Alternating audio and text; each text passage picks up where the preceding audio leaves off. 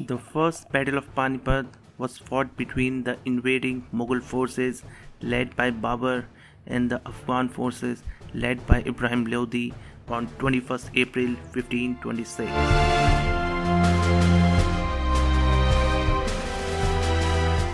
By this time, Babur has conducted 4 raids in Punjab and controlled much of that area. At the same time, large part of North India were under the control of Ibrahim Lodi of the Lodi dynasty, but the empire was crumbling and there were many defectors, which includes 2 of the uncles of Ibrahim Lodi, Daulat Khan Lodi and Alauddin. Daulat Khan Lodi was a former governor of Punjab, and he was the one who invited Babur to attack Lodi Empire, setting the stage for the historic battle. In November 1525, Babur set out to seize the empire he sought with a fighting force of 12,000 Mongol soldiers. This number would grow as it was joined by the garrison in Punjab and some of the local allies and mercenaries to increase the strength to around 20,000 soldiers by the time he reached Panipat.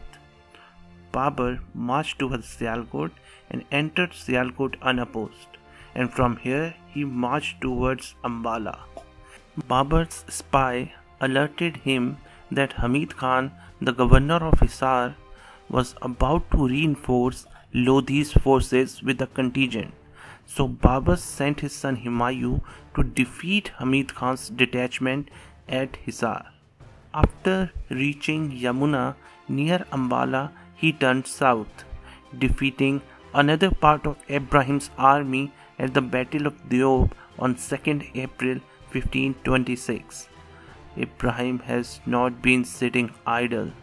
He has now raised a much larger Afghan army. After his victory at Deob, Babur continued to advance south, reaching Panipat on 12th April. Here Babur received the news about the huge size of Lodi's army and began to take defensive measures.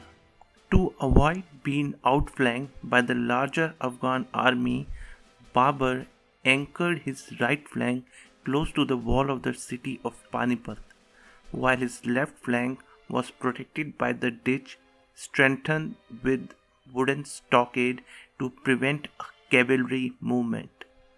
In the center, he had a line of 700 ox carts tied together to break up any enemy cavalry charge. Behind this protective barrier, Babur deployed his guns. Between every 2 guns, 5 or 6 protective barriers were constructed, behind which matchlock men were deployed. At the interval of 100 to 200 yards, there were passages for cavalry to move out and attack. These passages were heavily defended with archer and matchlock guns. Behind the infantry and artillery on the cart line, the main body of cavalry was deployed in a standard Mughal formation of vanguard, left wing, right wing, and center. Babur also deployed rearguard to protect the camp. Hiding these preparations was the light cavalry scouts deployed up front. At the extreme sides are the flanking parties, mainly consist of Mongol horse archer. Now this contingent has a mastery in hit and run warfare. Soon Lodi arrived on field. Lodi deployed his forces in 4 divisions. Right flank, left flank, a large vanguard, and the center containing much of the inferior infantry. He placed himself at the very center of the battle line with the body of 500 mailed lancers. In front of his army stand a massive phalanx of 400 armored war elephants. As the Lodi's war elephant moves up, they were greeted by the unfamiliar noise of the Mughal cannon, which terrifies them and they refuses to advance further. The Lodi's vanguard clashed with the Babur's horse archer and swept them away. Sensing success, Lodi's vanguard surged forward. Babur's light cavalry withdrew back through the passage and merged with the Mughal vanguard. The Lodi's vanguard has advanced too quickly, thus creating a gap with the center which is still far away. Lodi aims his main attack where the Mughal right flank meets Panipat and tries to outflank it. Babur observes that the Lodi's army is inclined to the left and fast advancing towards the right flank. Babur immediately reinforced his right flank with the mobile reserves. As the leading element of the Lodi's left wing approaches the Mughal right, they were surprised by the wagon line fortification and the reinforcement Babur's right flank received. They hesitated to attack. As a result of this hesitation, front rank halted, throwing the rear rank into the cramped space and creating disorder. The Babur flanking parties now wheeled and hit them with the showers of arrows from the rear.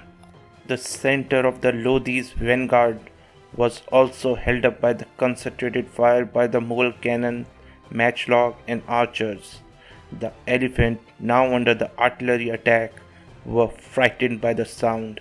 They turned back and trampled the advancing rear ranks, disorganizing and demoralizing the Afghan army. The Mughal now begins their celebrated wheeling maneuver. The right flank reserves moves out to outflank the Lodi's left wing. Afghan now get the taste of the real weapon of the Mughals, the deadly composite bow. The Lodi's Afghan cavalry was unable to cope with the mobile Mughal horse archer. Babur now increased the pressure. He dispatches his right and the center to join the assault on the Afghan left wing. The Afghan left wing is packed into the dense mass due to the disorder caused by the friction between the front and the rear rank, and became the massive target for the concentrated Mughal firepower from the arrows, matchlock and cannon. They took the devastating losses. Similarly, on the Afghan right wing, the Mongols flanking parties bombarded the Afghans from the rear by the wheeling in. Babur senses a growing panic in the Afghan ranks and he orders his center and left to move out through the gaps and join the attack on the Afghan right wing. Bombarded from the all sides, unit cohesion of the Afghan forces breaks down as the aggressively wheeling Mughal forces compresses the Afghan into the central mass, a perfect kill zone for the Mughal artillery and the gunner. IBRAHIM Lodi makes a desperate charge, cutting down quite a few Mughals before he was killed. This was perhaps a premature move by the IBRAHIM Lodi as he still had many reserves left and Babur had nearly none. Lodi's death triggered all-out collapse and Afghan army disintegrate. IBRAHIM Lodi died on the field of battle along with 15,000 of his troops. Vikramajit, the king of Gwalior, was also killed. The Battle of Panipat was a decisive victory, but politically it gained very little for Babur. Babur went on to deal with the threats to his position at Khanwa against Rajput and Ghogra against Afghan, but died before he could consolidate what he had conquered. The Battle of Panipat also marked the beginning of the gunpowder age in India and the end of the age of elephant as the prime weapon in Indian warfare.